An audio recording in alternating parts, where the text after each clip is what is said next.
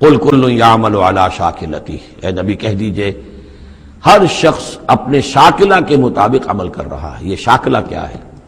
اس سے پہلے میں شاید بیان کر چکا ہوں، لا یکلف اللہ نفسا الا وسعہا کے ذیل میں کہ اللہ تعالیٰ نے ہر انسان کی ایک شخصیت کے کچھ حدود ہیں جو معین کی ہوئی ہیں، ان حدود سے وہ تجاوز نہیں کر سکتا، اس کا سارا امتحان انہی حدود کے اندر ہے۔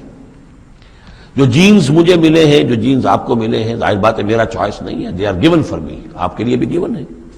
ان میں کیا صلاحیتیں ہیں، کون سی چیز زیادہ ہے کون سی کم ہے، اللہ جانتا۔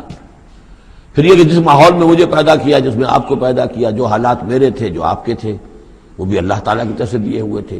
ان دونوں چیزوں سے جو شے وجود میں آتی ہے وہ شاکلہ ہے، وہ پیٹرن ہے۔ جیسے کہ آپ کو کوئی دھات جس سے کوئی شے ڈھال کر بنانی ہے تو پہلے اس کا سانچہ بناتے ہیں، اس سانچے میں پھر اس دھات کو اس کو میلٹ کر کے جب اس کو پگھلا کر ڈالتے ہیں تو اسی کی شکل اختیار کر لیتی ہے۔ تو یہ پیٹرن ہے۔ اب اس کے اندر آدمی نیکی کے لیے، بدی کے لیے، جو بھی کرتا ہے، بھلائی کے لیے، اچھائی، اس پیٹرن کے اندر اندر کرے گا، اس سے آگے نہیں جا سکتا، جس کو آپ انگریزی میں کہتے ہیں one can not outgrow his skin.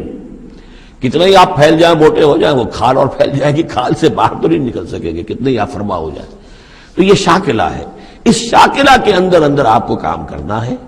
اللہ جانتا ہے کہ اس نے شاکلہ کون سا دیا تھا آپ کو، اس کے حساب سے، اس کی مناسبت سے حساب لے گا آپ سے۔ لا یکلف اللہ نفسا الا وسعہا فربکم اعلم بمن هو اہدی سبیلا۔ اسی کو حضور نے بیان فرمایا کہ الناس کالمعادن، معدنیات کی طرح ہے کہ سونے کی اور ہے اور چاندی کی اور ہے۔